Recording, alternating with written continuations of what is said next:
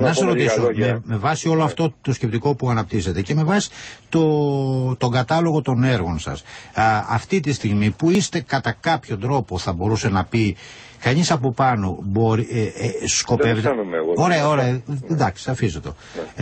Δεν σκοπεύετε να κάνετε κάποια κίνηση προς το κόμμα σας, προς τον αρχηγό σας, προς, κάποια κίνηση, να πάρετε κάποια πρωτοβουλία? Κύριε Βάικο, θέλω να καταλάβετε το εξής. Εμένα το DNA μου είναι δημοκρατικό. Γιατί εγώ σε αυτό το κόμμα δεν με έφερε κανένας, ούτε με υιοθέτησε κανένας. Εγώ είμαι και θα είμαι στο κόμμα αυτό. Ανεξάρτητα, γιατί αυτό είναι θέμα συνείδησης, όπως έχω πει, δεν είναι θέμα αρχηγού. Γιατί οι αρχηγοί έχουν αλλάξει πολύ στην δημοκρατία. Συνεπώς το πώς αισθάνεται ο καθένας είναι θέμα δικό του. Στενοχωριέμαι πάρα πολύ, γιατί βλέπω ότι η Νέα Δημοκρατία δεν μπορεί να βρει το δρόμο της. Βεβαίως, επίσης στενοχωριέμαι, γιατί ο τρόπος που αναζητάει το δρόμο της δεν είναι ο καταλληλότερος. Αυτό βέβαια είναι ένα άλλη τάξης μέγεθος που θα αποτυπωθεί αντικειμενικά από τον κόσμο. Από τις εκλογές, από τις επιλογές κτλ. Εγώ προσωπικά είμαι και κινούμαι πάντα στον ευρύτερο κεντροδεξιό χώρο. Ωραία. Σκοπεύετε να κάνετε κάποια κίνηση, επαναλαμβάνω, κάποια πρωτοβουλία να πάρετε? Εγώ κύριε Πάικο είμαι ενεργός πολιτικά, παρακολουθώ τα δρόμενα, βλέπω με πολύ μεγάλο ενδιαφέρον τις εξελίξεις στην Νέα Δημοκρατία. Πρέπει να πω ότι ο κύριος Σαμαράς έχει πει και πάρα πολύ σοβαρά πράγματα και έχει κάνει και πάρα πολύ καλές κινήσεις. Θέλω να πω δηλαδή, δεν περνάω στο άλλο άκρο επειδή ο κύριος Σαμαράς, υιοθετώντας ενδεχομένως κάποιες δημοσκοπήσεις, είπε 5 κουβέντες σκαλοπάτια. Δεν ανήκω στην κατηγορία αυτών των ανθρώπων. Έχω συνηθίσει να βλέπω τα πράγματα πολύ πιο ήρεμα και πολύ πιο στοικά, επιτρέψτε μου να πω. Θέλω να πω δηλαδή ότι δεν απαξιώνω το ρόλο του κ. Σαμαρά, ούτε τη Νέα Δημοκρατία, ούτε λέω ότι η Νέα Δημοκρατία είναι ένα άφιλο κόμμα επειδή εγώ είμαι απ' έξω. Ούτε θα είναι αύριο καλό. Άφιλο, όχι, αλλά μήπως υιοθετείτε την άποψη ότι η πολιτική Σαμαρά πάει να τον μικρύνει, να το συρρυκνώσει όπως λένε κάποιοι άλλοι? Αυτό κύριε Πάικο θα φανεί αντικειμενικά από τον κόσμο. Τι πιστεύετε εσείς, λέω? Εγώ νομίζω, ξέρετε, ο κάθε αρχηγός θέλει τον χρόνο του.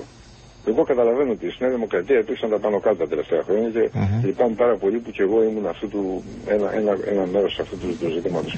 Λοιπόν, όμως η Νέα Δημοκρατία είναι ένα πάρα πολύ μεγάλο κόμμα, κύριε Πάικο. Έχει κοινωνικές αντιστοιχίες οι οποίες είναι πολύ ισχυρές στον κόσμο. Εγώ παρακολουθώ με πολύ μεγάλο ενδιαφέρον και αυτά τα οποία λέει ο κ. Σαμαράς και αυτά τα οποία λέει ο κ. Χατζηαφέρης και αυτά τα οποία λέει η κυρία Μπακογιάννη.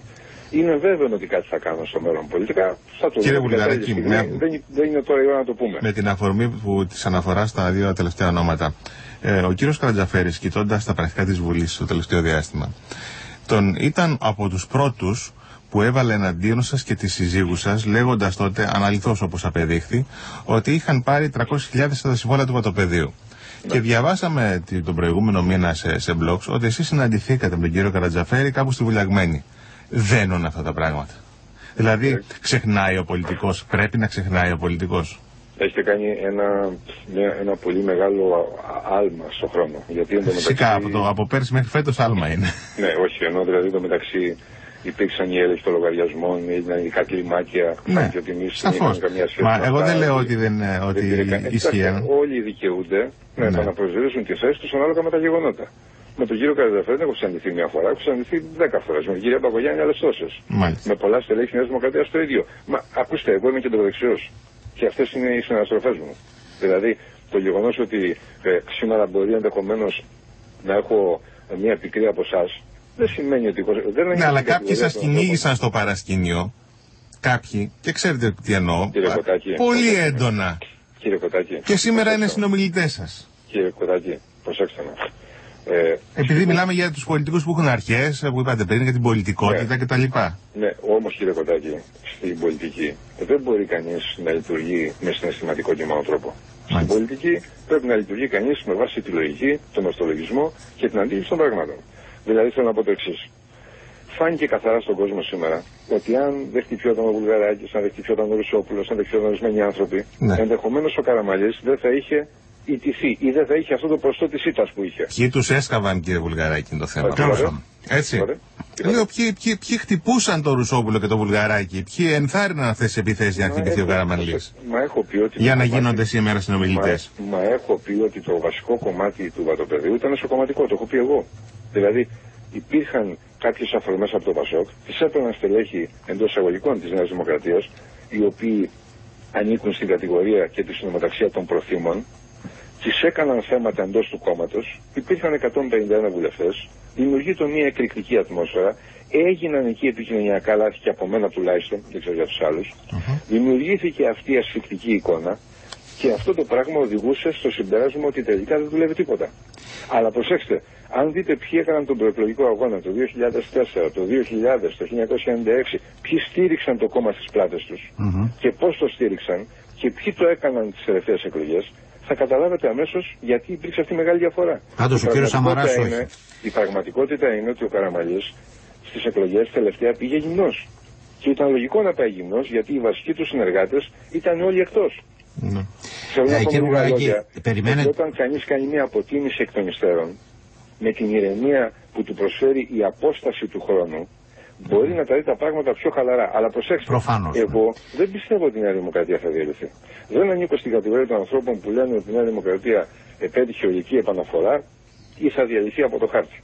Τίποτα τα δύο. Αυτό ναι, είναι υπερβολές και τα δύο. Τώρα περιμένετε να ακούσετε τι θα πει η κυρία Μπακογιάννη, ας πούμε, την Κυριακή. Περιμένετε να δείτε πώς θα πάνε τα πράγματα. Επειδή είπατε ότι παρακολουθείτε και κάποια στιγμή θα προσδιορίσετε τη στάση σας. Πότε μπορούμε να περιμένουμε τη στιγμή αυτή?